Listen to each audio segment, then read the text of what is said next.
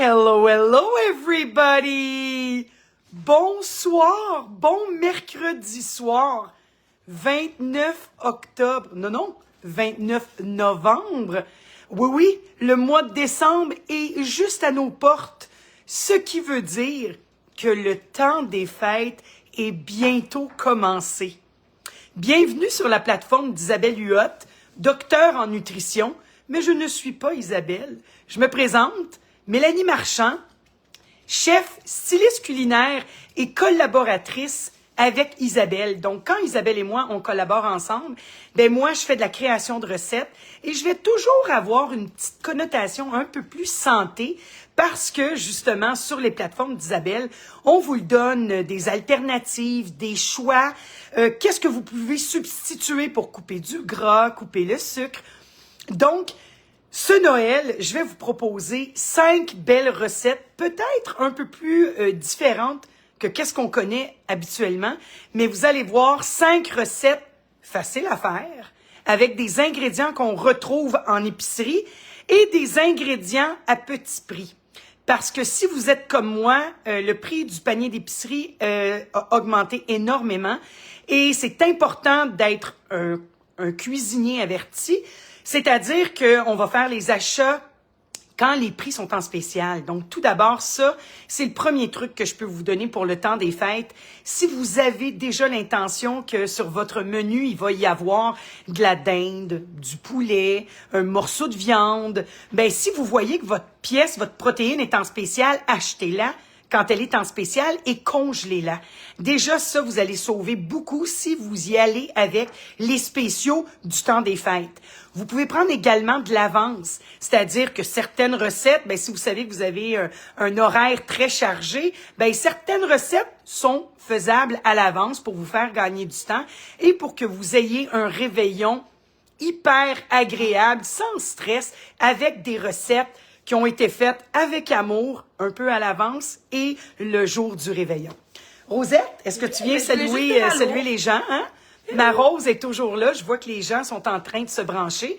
Donc, peut-être que c'est nouveau pour vous de me voir le soir, parce qu'habituellement, les lives sur la plateforme d'Isabelle, c'est à l'heure du lunch. Donc, on a décidé de faire ça le soir maintenant pour peut-être être un peu plus accessible, parce que les gens travaillent le jour et le soir, ben là, maintenant, les lunchs sont terminés, les soupers, là, c'est le temps de la grève, il n'y a pas vraiment de devoirs, mais habituellement, à cette heure-là, les devoirs sont terminés, des fois même le bain est pris. Donc là, vous avez le bonheur de vous asseoir, de relaxer pendant 15-20 minutes, une demi-heure, et de découvrir des recettes pour le temps des fêtes avec une petite connotation un peu plus santé.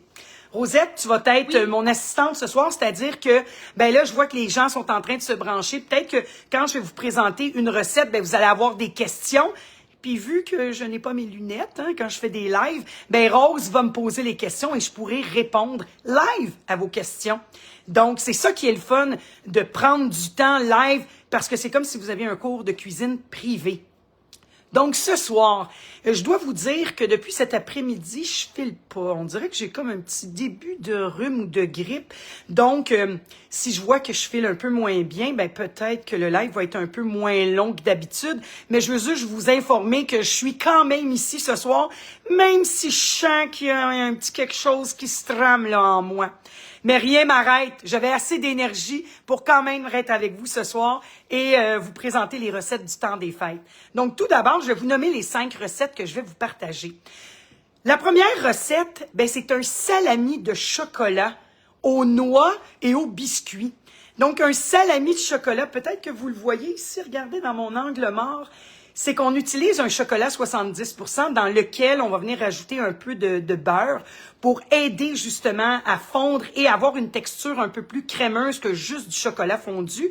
Et dans ce mélange, ben, on vient y rajouter des biscuits amaretti du temps des fêtes, des petits biscottis, des pretzels peut-être, des canneberges, des noix, des graines de tournesol. Vous pourriez prendre également les petits sachets d'Isabelle Huot, ces petits sachets pour le lunch, edamame et canneberge, délicieux. Le problème, c'est que je les ai tout mangés. Je les ai utilisés pour dans mon salami, puis je m'en suis pas gardé. J'ai travaillé également avec les petits sachets de chocolat 70% d'Isabelle. Il est tellement bon. Donc, si vous achetez les caisses et les grands formats, ben pourquoi pas utiliser ce chocolat noir-là qui est d'une excellente qualité, qui est pas trop sucré parce qu'il est 70%. Mais c'est des belles alternatives. Vous pouvez faire des petites quantités ou des plus grosses quantités. Mais regardez comme c'est beau. Je vais vous le présenter tout à l'heure. Mais il y a un salami au chocolat. Oui, ma Rose. Je voulais dire, moi et mon père, on est aussi coupables parce que dans nos lunchs à job, on aime bien ça, avoir les petits sachets d'Isabelle. Exactement. Ça dure jamais longtemps à la maison. Chaque fois qu'on a besoin, on les a toutes mangées. Exactement. Donc, c'est pour ça qu'on on les a plus. Mais c'est une belle alternative. Des fois, on sait pas quoi mettre de différent. Ben, ces petits sachets-là de collation, c'est parfait. Ensuite, je vous fais des mini pavlova. Pavlova, dans le fond, ce sont des blancs d'œufs qu'on vient monter en neige, qu'on incorpore du sucre et qu'on fait cuire à basse intensité au four. Super le fun parce que c'est des blancs d'œufs, c'est peu calorique, oui, il y a un peu de sucre, mais c'est un dessert qui est tout léger, super facile à faire. On va venir garnir ça avec du yogourt aux fruits de notre choix, puis on vient mettre ça avec des fruits de saison, les clémentines, les canneberges, les arils de grenade. Vous allez voir, hyper facile, super beau petit dessert qui impressionne bien des gens. Ensuite, ben on a changé la dinde pour un petit poulet rôti. Les familles rétrécissent, sont plus petites qu'avant. Donc, des fois, la dinde, c'est un peu trop gros pour des familles de 4 ou 6 personnes. Puis, le poulet, c'est un peu plus abordable que d'acheter une dinde. Donc, je vous propose un petit poulet, un one-pot meal, c'est-à-dire que tout se fait dans le plat de cuisson. Vous allez utiliser des belles petites carottes nantaises, des petites carottes oranges qui a la queue ou même jaune ou blanche. Vous allez utiliser des légumes qui sont un peu plus pâles. Vous allez mélanger ça avec du lait. Donc, c'est une recette de nos grands-mères, mis au goût du jour. Donc, on prend du lait pour couper les matières grasses. À place d'utiliser la crème 35, on va utiliser du lait. On va venir mettre de la moutarde de Dijon, des herbes fraîches. On vient arroser nos carottes et on dépose notre poulet sur le dessus qu'on a aromatisé. Vous allez voir, c'est bon, c'est savoureux. Tout se cuit dans le même plat. Extraordinaire.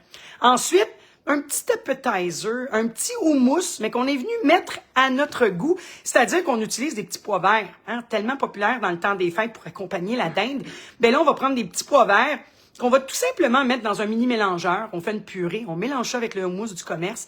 Ça nous fait un green hummus qu'on vient décorer joliment avec des aliments frais de saison et qui viennent, dans le fond, colorés avec les couleurs du temps des fêtes. On fait une forme de couronne. On met nos petits craquelins dans le milieu. Vous allez voir, super cute. C'est festif, c'est joli, simple à faire. Les enfants pourraient participer. Donc, j'ai pensé un peu à tout. Puis, on finit avec des rondelles de courge grillées, donc un légume d'accompagnement pour aller avec votre poulet. Est-ce que ça vous met un peu l'eau à la bouche? Un petit menu du temps des fêtes aux saveurs un peu différentes et avec peut-être un peu moins de sucre et un peu moins de gras. Donc, des alternatives un peu plus saines, mais on va se le dire, c'est quand même le temps des fêtes, puis il faut se faire plaisir. Et plaisir dans l'équation de s'alimenter, c'est très important. Donc, on commence avec mon petit salami. Le premier que je vous ai parlé, donc, un salami de chocolat. Donc, regardez pourquoi qu'on appelle ça salami. C'est parce que, justement, on vient lui donner la forme du salami. Donc, comme je vous ai dit, j'ai fait fondre mon chocolat 70% avec du beurre. Ensuite, on vient y ajouter du cacao pour donner une texture parce que ce qu'on veut, c'est que notre chocolat se tranche, qu'il y ait une texture. On veut pas une ganache, puis on veut pas seulement du chocolat. Donc, de venir mettre un peu de beurre avec le cacao, ça lui donne une texture un peu plus moelleuse. Quand on a fait fondre et qu'on a mélangé nos chocolats, ben là, on vient ajouter nos garnitures préférées à l'intérieur. Ici, j'y ai mis de la pistache, des canneberges, j'ai mis des restants de sachets que j'avais à la maison. Je pense qu'on a mis des noisettes, rosettes, puis on avait des petits biscottis, du biscotti aux amandes. On a écrasé ça, on a mis ça, puis regardez, on vient mettre ça sur un papier, dans le fond, saran wrap, un papier hermétique, puis on vient mettre en forme de bûche, puis on vient tourner, donc on referme notre cellophane, notre papier sur lui-même, puis on vient se faire comme un boudin, puis on le ferme, on le serre, et là, tout se compresse, et notre salami devient, dans le fond, un peu plus compact. On met au frigidaire pendant 3 à 6 heures ou toute une nuit. On sort une petite demi-heure, 45 minutes à l'avance pour laisser le chocolat tempérer, puis ensuite, on vient se faire des belles tranches avec notre salami, puis ça nous donne des belles rondelles de chocolat différentes avec des garnitures qu'on a choisies. Oh, je viens de casser la rondelle, excusez-moi. Mais c'est vous qui l'avez fait, donc c'est vous qui contrôlez les ingrédients que vous avez mis à l'intérieur, la qualité du chocolat, les noix. Donc, il n'y a pas d'agent de conservation, il n'y a pas de stabilisateur. Donc, ce petit chocolat-là, même si c'est moi qui l'ai fait maison et que c'est une gâterie du temps des fêtes, dites-vous que vous contrôlez les ingrédients que vous avez mis à l'intérieur. Puis quand vous allez servir ça aux invités, vous allez les impressionner parce que c'est tellement beau et c'est tellement bon. Donc, une petite sucrerie différente pour le temps des fêtes. Oui, ma Rose. Tantôt, tu parlais de la texture. Ça me fait penser un peu aux textures. Tu sais, là, les petites truffes là, du restaurant Exactement. de fête, comme le cacao saupoudré dessus. Exactement, ma Rose. Cette texture-là, je dirais. C'est la même texture qu'une truffe, mais à place d'avoir travaillé avec de la crème 35%, ici, on a mis un peu de beurre, donc d'aller chercher le côté gras et liant, pour lier mon chocolat avec le cacao. Mais j'ai coupé les quantités, donc à place de mettre une demi-tasse de crème 35, j'ai mis 2 à 3 cuillères à soupe de beurre fondu. C'est sûr que vous allez me dire, Mélanie, mais c'est pas très santé, c'est du chocolat, c'est du beurre. Oui, mais je vous l'ai dit, c'est le temps des fêtes, on se gâte, puis une tranche vient vous satisfaire. Oui, ma belle. Je suis sûre que niveau santé, c'est moins pire qu'une bûche que tu vas acheter. Ah oui. Faite à l'épicerie congelée. Ça, c'est sûr et certain que ce que Rose vient de dire, c'est que vous l'avez fait maison. Donc, n'importe quel autre chocolat que vous allez acheter dans le commerce, il y a peut-être de la paraffine qui a été mis à l'intérieur, un stabilisateur pour donner des agents de conservation. Donc, tout ça fait une grosse différence. Puis, c'est sûr que mon salami est 100 fois plus santé et meilleur que ce que vous retrouvez dans le commerce. D'accord? Ensuite, une petite entrée, une amuse-bouche différente. L'année passée, je pense que j'avais fait quelque chose de similaire en forme de couronne. Juste le fait de venir mettre notre houmous en forme de couronne. Regardez comme c'est joli. J'ai mis ça sur une planche de marbre, donc ça va conserver le froid également.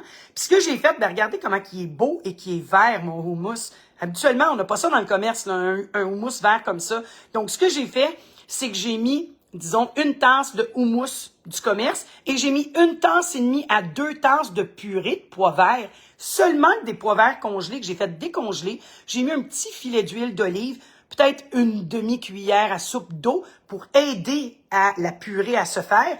Et j'ai mélangé tout simplement avec mon houmous. C'est devenu vert comme ça, c'est super beau. Je rajoute un petit zeste de citron. Je peux mettre un peu de poivre à l'intérieur. Puis là, je m'en viens mettre ça en forme de couronne. Sur le dessus, j'ai mis des belles tomates. Je me suis pris, là, je voulais mettre du feta, mais j'en avais plus. Donc, j'ai pris de la mozzarella, que j'ai fait des belles petites boules sur le dessus. J'ai mis plein d'herbes fraîches, de la coriandre, du basilic, des feuilles d'origan. On met également, on peut se mettre des noix sur le dessus. Mais regardez, je voulais y aller avec les couleurs de Noël. Vert, rouge et blanc. Puis dans le milieu de ma couronne, j'ai mis des petites chips de pita. On peut les acheter dans le commerce ou on peut se les faire. On prend des pitas. On vient badigeonner légèrement d'huile d'olive, on casse ou on coupe en morceaux, on met au four ou au air fryer quelques minutes, puis ça vous fait des chips. C'est super bon, c'est différent d'une croustille, c'est plus simple, c'est hyper croustillant, puis avec les houmous et les trempettes, c'est délicieux. Donc, juste de faire des formes du temps des fêtes, d'y mettre des couleurs festives, ça change de notre houmous de tous les jours. Regardez, dites-moi pas que ça n'a pas l'air appétissant, ça. Ma tante Ginette, je suis sûre qu'elle va aimer ça, là. Donc, c'est de présenter des ingrédients ou des recettes qu'on connaît et qu'on maîtrise très bien, puis on les modifie simplement avec des ingrédients qu'on aime pour y donner la couleur du temps des fêtes. Ensuite, mon petit poulet rôti. Donc là, je viens de le sortir du four, ça fait peut-être un petit 20 minutes. Il est encore très chaud. Je vais être obligée de prendre mon linge pour vous le montrer. Mais ça, ce plat-là, là, c'est incroyablement bon. Là, j'essaie de vous le montrer pour que ça soit joli à l'écran, mais regardez, tout est dans mon plat de cuisson. Donc, ce que j'ai fait, c'est que j'ai pris mes carottes et j'ai pris des carottes colorées, mélangées, les nantaises qu'on appelle. Ce que j'ai fait, c'est que j'ai pas mis les rouges parce que mon lait deviendrait rose. Un petit peu moins beau pour le temps des fêtes. Donc, j'ai pris seulement les carottes qui sont blanches, jaunes ou oranges. Je les ai mis dans le fond de mon plat de cuisson. J'ai mis un oignon émincé, 1 ou 2 gousses d'ail écrasées, quelques branches d'herbes fraîches, 2-3 feuilles de laurier. Je vais mettre ça dans le fond de mon plat de cuisson. Et à côté, j'ai fait mon liquide, c'est-à-dire que j'ai pris du lait. Et là, quand on parle de lait, Vous pouvez prendre du 2%, du 3,25, du lait aux amandes, si vous voulez faire une version végé, mais pourquoi vous êtes en train de cuire un petit poulet? Donc, mais le lait d'amande va donner un petit goût de noisette, de revenez-y, quand même très intéressant. Et dans ce lait-là, ben, vous allez venir mettre un peu de bouillon de poulet. Aujourd'hui, j'ai mis un liant, parce que vu que je travaille avec du lait et non de la crème, ben, qu'est-ce qui va arriver en cuisson?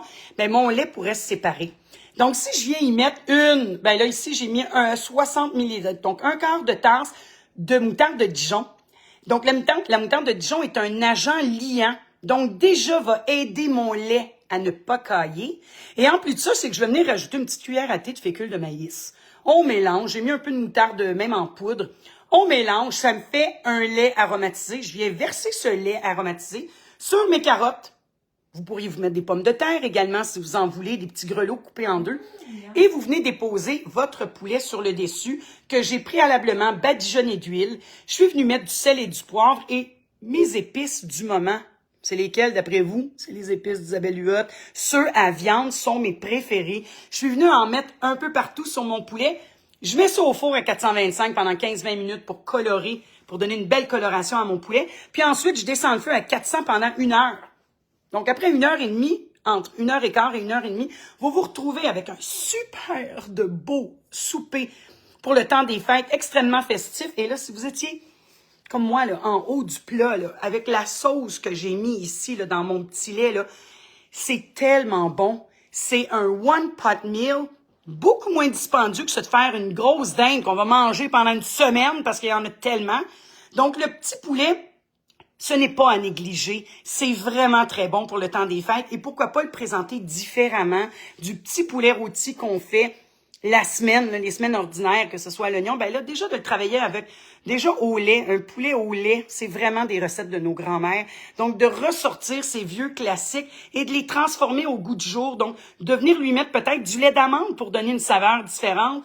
Mais vous allez voir qu'avec les carottes, c'est un vrai délice. Vous pouvez venir mettre un petit filet de sirop d'érable si vous voulez. Mais au service, regardez comme c'est beau. Là, vous allez voir la photo, c'est appétissant et c'est hyper simple. Un souper qui se prépare en 15 minutes.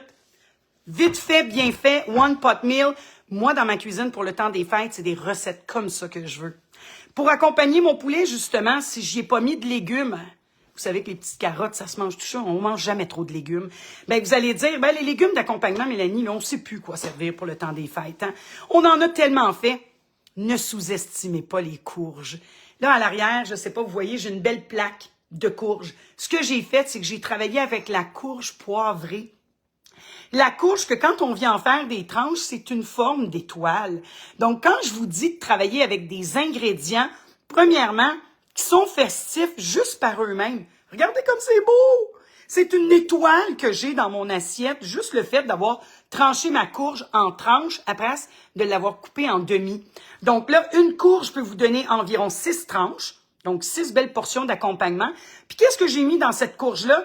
Bien, j'ai fait un mélange d'une salade de quinoa. Imaginez, vous avez fait cuire du quinoa ou même, imaginez un restant de riz. J'y ai mis des amandes, j'y ai mis rose, on y a mis des abricots séchés. On pourrait mettre de la canneberge séchée. On a mis un peu de moutarde de Dijon avec un peu d'huile juste pour donner du goût à ce quinoa-là. Puis ensuite, on est venu remplir le trou de notre courge et on a fait cuire au four à 375 pendant 40-45 minutes. Quand ça sort, premièrement, le quinoa sur le dessus devient tout croustillant et celui d'en dessous, lui, est plus moelleux. Et là, quand ça sort du four, je viens mettre un petit filet d'huile d'olive et je viens rajouter des petites arilles de grenade et un peu d'herbe fraîche. Ici, j'ai mis du persil haché, mais regardez les belles couleurs. Là, il faut vous dire que ça fait plus d'1h30 là, que ça l'attend sur le comptoir. Là. Donc là, ça a de l'air sec. Mais quand c'est sorti du four, c'était juteux, c'était croquant, croustillant.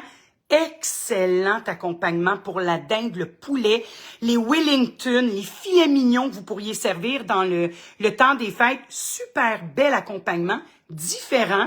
Puis regardez comme c'est beau. Juste l'accompagnement pour lui-même est une vedette. Vous allez mettre une plaque comme ça sur la table de service à côté de votre petit poulet.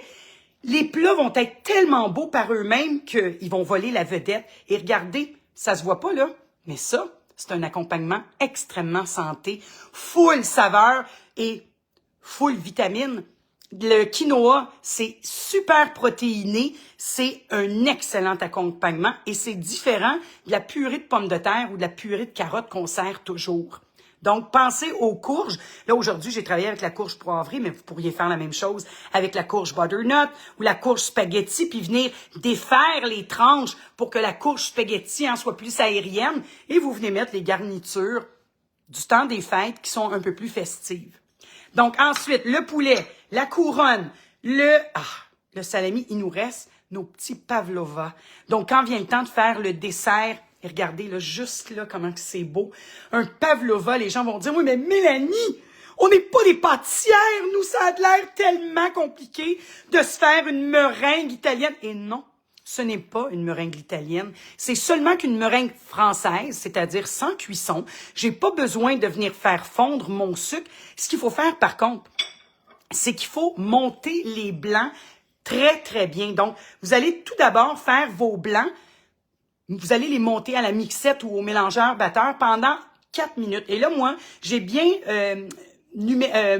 pris le temps, combien de temps je les fouette pour que vous, à la maison, si vous avez un peu moins de technique et que vous savez pas quand arrêter, ben si je vous dis la mixette au maximum pendant 4 minutes, et ensuite, vous venez rajouter à toutes les 30 secondes, mais là, je pense que c'est une demi-tasse de sucre dans la quantité pour se faire 6 à 8 mini pavlova. Ben, vous allez mettre une cuillère à soupe à toutes les 35-40 secondes. Donc, après le 4 autres minutes, donc en tout, ça se fouette pendant 8 minutes. Donc, les premières 4 minutes, seulement que les blancs d'œufs. Et ensuite, les 4 dernières minutes, on rajoute du sucre à toutes les minutes, disons. Et après 8 minutes, vous vous retrouvez avec des blancs d'œufs extrêmement épais et très luisants, super beaux, extrêmement brillants. Et ça, c'est le sucre. Mais le temps que le sucre a monté avec les blancs d'œufs, ben le 4 minutes, le 8 minutes au total, dans le fond, vos œufs, ben les blancs d'œufs et le sucre ont pratiquement été cuits parce que la vitesse du mélangeur avec le sucre, ben c'est ce qui fait que votre meringue va se tenir et elle ne tombera pas après quelques temps. Donc là, sur une plaque à biscuits, vous allez vous faire 6 à 8 petits tas. Vous n'avez même pas besoin de prendre un sac à pâtissier puis venir vous faire des ronds parfaits. Non. Moi, j'aime bien prendre une cuillère à soupe et venir me faire des beaux petits nids vraiment individuels. Vraiment, là, un peu plus comme des petits nuages. C'est tellement beau. Les enfants pourraient vous aider à faire ça. Le seul truc, faites-vous un trou dans le milieu parce que quand vient le temps de remplir le pavlova, donc là, vous avez fait une belle boule, puis là, avec votre cuillère, ben, vous faites un beau trou à l'intérieur. Ben, quand vient le temps de remplir votre pavlova avec du yogourt, ben là, vous avez vraiment la place parfaite pour venir mettre votre yogourt ici. J'ai fait un yogourt aux pêches parce que je voulais aller chercher le petit côté orangé de mes clémentines. Les clémentines, c'est le fruit pour le temps des fêtes. Peu dispendieux. Vous achetez des fois des caisses à 3,99 dans le temps des fêtes en spécial. Vous avez 24 à 30 petites clémentines à l'intérieur de tout ça. C'est super bon, des clémentines, hein? Tout le monde aime ça. Mais regardez, vous venez mettre sur votre pavlova, dans le fond, un peu de yogourt aux pêches ou n'importe quelle saveur que vous aimez. Imaginez des cerises. Vous prenez un yogourt aux cerises, vous venez mettre des belles cerises fraîches sur le dessus, des framboises. Allez-y avec les fruits que vous aimez, mais regardez comme c'est beau. Ça va la vedette. Juste un petit pavlova comme ça, les gens vont dire, mon Dieu, t'es donc bien fancy cette année.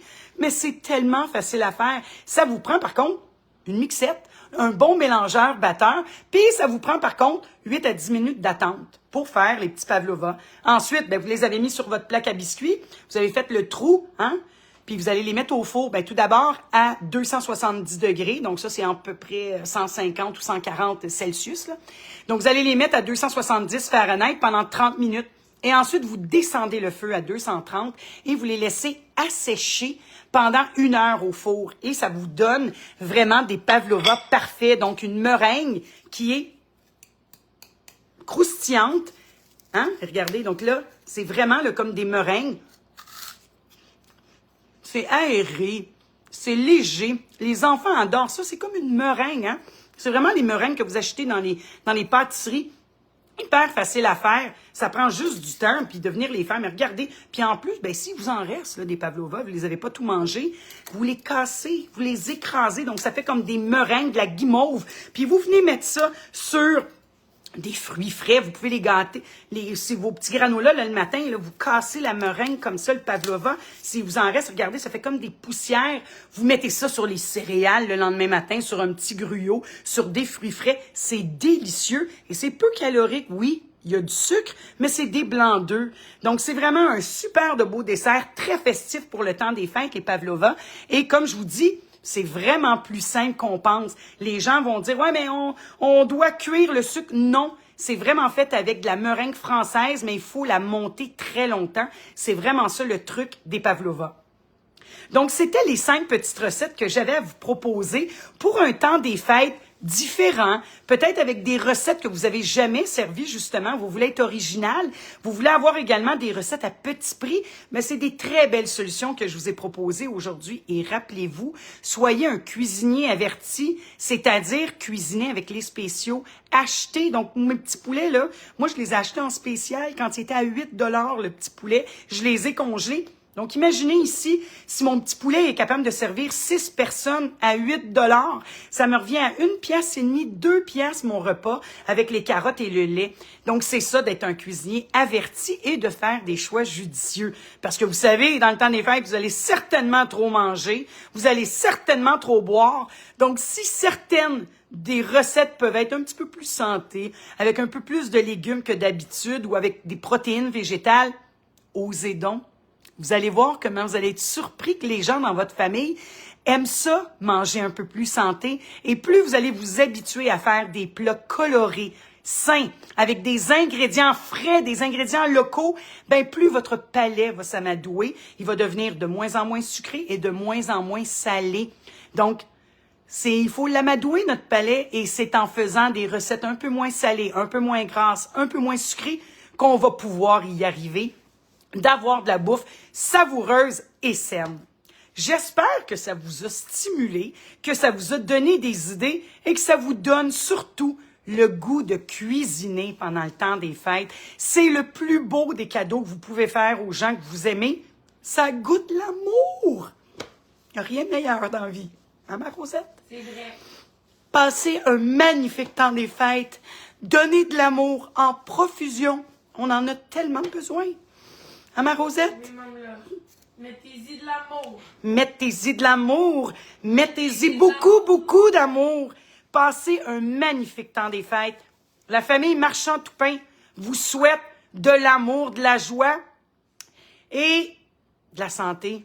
Quand on a la santé, on est heureux, on ne s'en rend même pas compte. Puis savez-vous quoi?